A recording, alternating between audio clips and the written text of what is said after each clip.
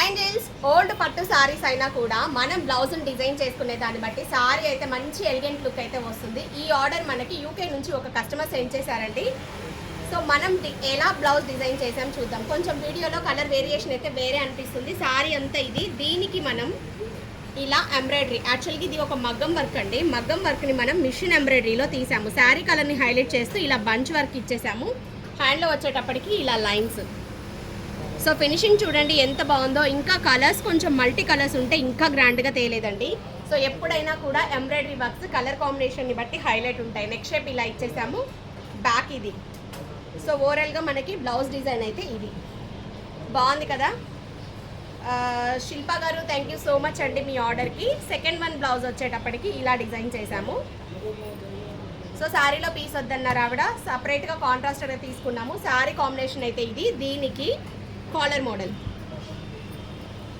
So ఇలా caller model తీసుకొని శారీ కలర్ని హైలైట్ చేసామండి. స్టిచ్చింగ్ కాస్ట్లు ఫస్ట్ వన్ బ్లౌజ్కి అయితే మనం 1600 వరకు కాస్ట్ తీసుకున్నాము. స్టిచ్చింగ్ కాస్ట్ వచ్చేటప్పటికి హై నెక్ 600 ఛార్జ్ చేస్తున్నామండి. ఈ వర్క్ కాస్ట్ వచ్చేటప్పటికి 800 ఛార్జ్ చేసేసాము. Stitching cost 800, 1600 total blouse. Cloth మీరు పట్టు తీసుకుంటే ఒక కాస్ట్ ఉంది, రా సిల్క్ ఒక కాస్ట్ ఉంది, వెల్వెట్ ఒక కాస్ట్ ఉంది. నెక్స్ట్ వీడియోలో చూద్దాం.